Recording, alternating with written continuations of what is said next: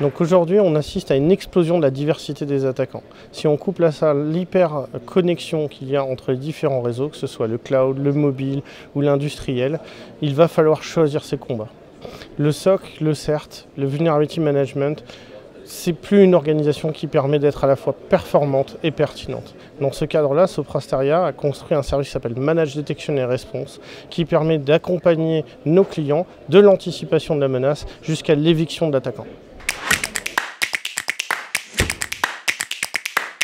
Donc aujourd'hui, nos clients, en fait, ils nous rencontrent au travers d'un besoin très précis, très spécifique. Et ensuite, derrière, ils vont découvrir l'approche transformation et évolution continue. Et pour les accompagner envers leurs défis, on va avoir une logique de partenaire. Les défis qu'on va adresser avec eux sont des défis technologiques, ça va être des défis organisationnels et des défis cyber. Typiquement, aujourd'hui, on ne peut pas passer à côté de l'IA. Et l'IA, dans la détection et la réponse aux cyberattaques, c'est un sujet à travailler puisque les attaquants le travaillent.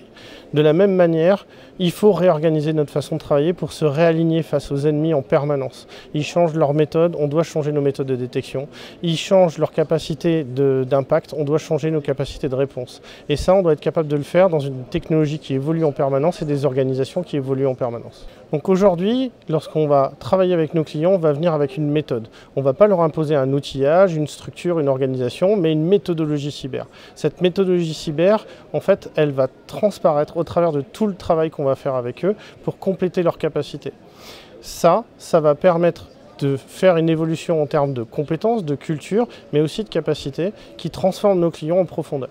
Donc aujourd'hui, tout le travail et toute la méthodologie qu'on va amener, elle va être portée sur des référentiels qui sont publics. Ces référentiels sont sur Internet, ils sont consultables. On va parler de MITRE-ATT&CK, MITRE-DEFEND. On va parler aussi de formats et de structures de données tels que STIX. Et on va apporter à nos clients une méthodologie pour travailler au travers de ces standards publics.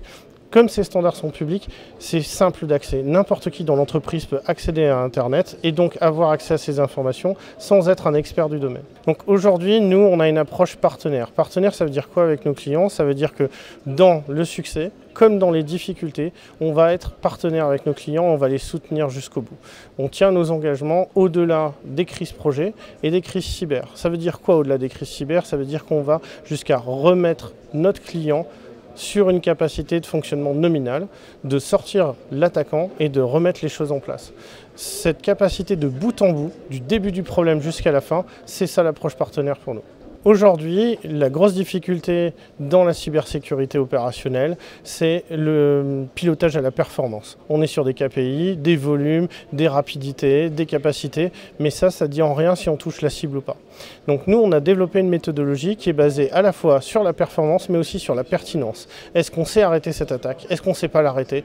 Et on va tester et orienter résultat et mesure du résultat dans un objectif de pouvoir optimiser les ressources, mais aussi de pouvoir démontrer les capacités de défense. Donc aujourd'hui, ce qui démontre la satisfaction de nos clients, c'est deux choses. La première, c'est que nos clients, ils nous font confiance dans la transformation vers Managed Detection and Response. Alors qu'ils ont un SOC, qu'ils ont un CERT, qu'ils ont du Vulnerability Management, ils s'engagent dans des travaux de réorganisation lourds.